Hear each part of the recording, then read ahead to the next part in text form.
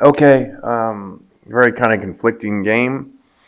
So get the negative out first. Poor second half. Again, one score on offense, which has been a issue as of late. And then you get really lopsided when your third and fourth downs. We go 1 of 9, they go 12 of 26. So then your play counts are all out of whack, 93 to 65, and now you got problems. So not good that way. Ideally we would have loved to play better, get some backups in, and with a short week coming up and a later game compared to the state having an earlier game. So it is what it is. On the positive, excited for our seniors to win, to be able to win 7 in a row at home. They'll always, have a memory that no one's ever done that before here. Or not 7 in a row, 7 for the season, go undefeated, and 9 or something in a row, which is cool. Just kind of not the exact send-off was hoping for, especially for Matthew. Really frustrated in the red zone at the end when we got a chance to go to 3-score game and end the game, and we forced something in the middle and with the throw. So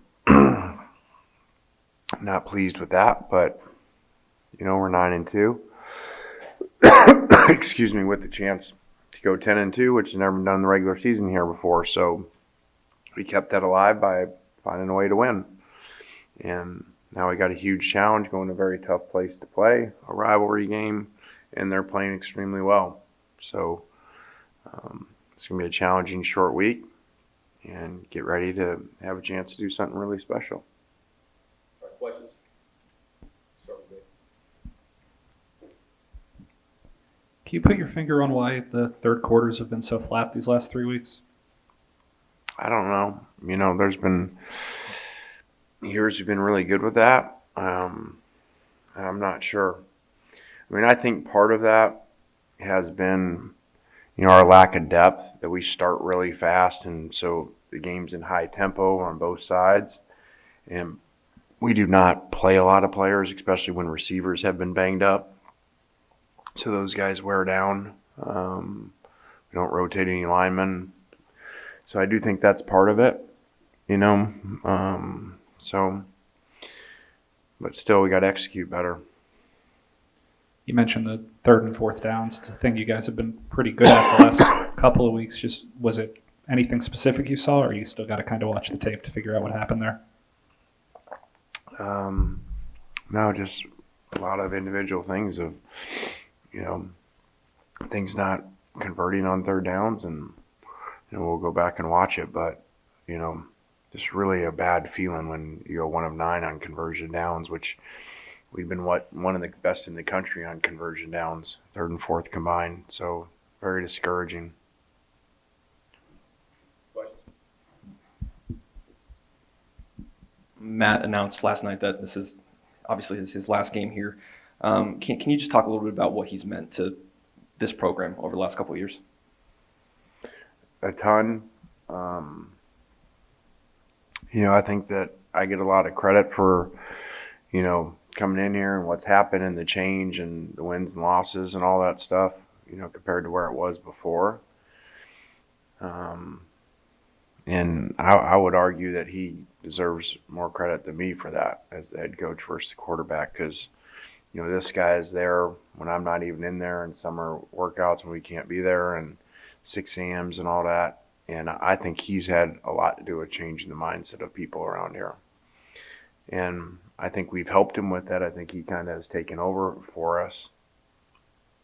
I went in the locker room afterwards. I took a few minutes before to figure out, okay, am I going to go in like I would if this was in the middle of the season and rip them and say, well, we're not supposed to play Vanderbilt this close the way Vanderbilt was this year.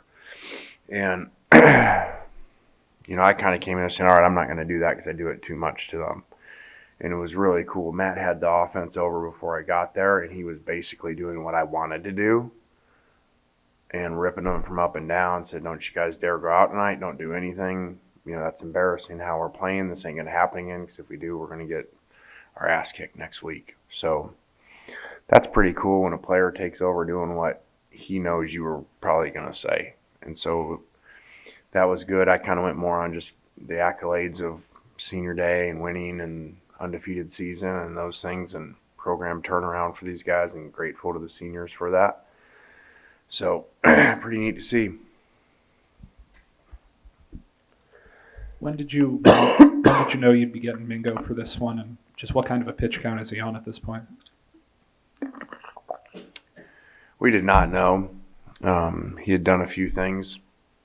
It was a warm-up base thing, and tried to play him every other series early, and then, he just didn't feel like going in the second half. So it was kind of a good warm-up because obviously we're going to need him next week. Questions? Looking ahead to next week, of course, it's the Egg Bowl against Mississippi State. You're able to be a part of that last year. What did you take away from that game last year, kind of getting you prepared going into a hostile environment on Thursday night? Well, I think it's different, with the COVID aspect, so there wasn't really a crowd element that way. So I don't know. I know I'm not diminishing rivalry games, but everyone says you're supposed to treat them different and do all this different stuff, and I've just never been around where you do that. You don't all of a sudden practice more or try harder. That's not how we do things. We try to get to 1-0 every week. So I know you want to hear that, we're going to do some magic thing this week because we're playing Mississippi State, but we just got to prepare really well.